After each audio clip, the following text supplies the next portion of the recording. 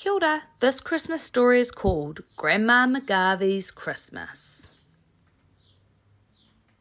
'Twas the night before Christmas and just getting dark when Grandma drove into the caravan park.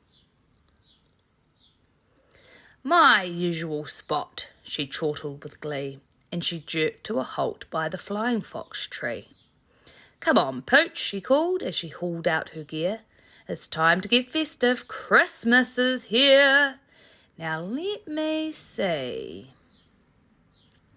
I've got candles, a bone for the dog to hide, and Christmas crackers with lollies inside. I've got turkey with sardine stuffing to scoff, and a plum pudding flambe to top it all off." Then Grandma McGarvey stopped and she sighed. "I knew I'd forgotten something," she cried. "My old Christmas lights that I hang in the tree." So she dashed to her car and turned on the key. Then she roared down the road till she came to the shop, slammed on her brakes and screeched to a stop. "Do you have any Christmas lights?" she said. "Over there," said the shopkeeper, nodding his head. "But it's hardly worth the effort this year. We've had some bad news, didn't you hear? Santa can't make it. He's sick in bed. The kids will be so disappointed," he said. "The party's on now in the camping ground, but it won't be the same without Santa around. Now, if someone stepped in for the Santa who's ill, but of course, those are very big boots to fill." Then Grandma chuckled. "Usually, you know, I'd be just the person to give that a go, but I've got my own Christmas party to run. So I'm sorry, this time it just can't be done." When Grandma McGarvey got back to the camp, she lit all the candles and turned down the lamp. She strung up the lights on the flying fox tree, then ran and got dressed for her Christmas tea. A red dressing gown with matching cap and a white woolly scarf that hung down to her lap. Then she spread out her feast. What a glorious sight! Now, I just need to set the plum pudding alight.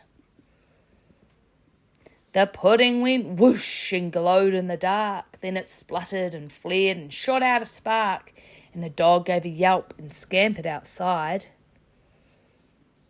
and ran up the tree to find somewhere to hide.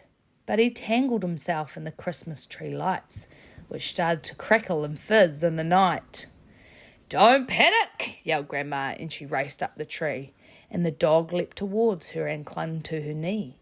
But the trunk of the tree was as slippery as soap, so she made a quick grab for the flying fox rope, and as Grandma was hollering, "Hold on tight," they took off like a rocket into the night.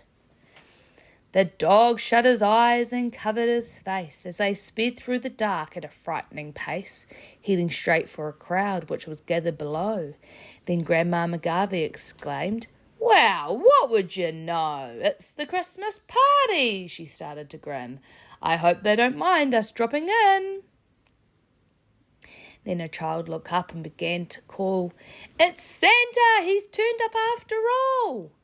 Then, as the dog came into view, "Hey, look, he's brought his reindeer too!" So Grandma McGarvey joined in the fun and passed out the presents to everyone. And the dog got a terrible tummy ache from scoffing 6 pieces of Christmas cake. Then they sang Christmas carols and sat around a fire and toasted marshmallows on pieces of wire. And when it grew late, people drifted away, with a thank you to Grandma for saving the day.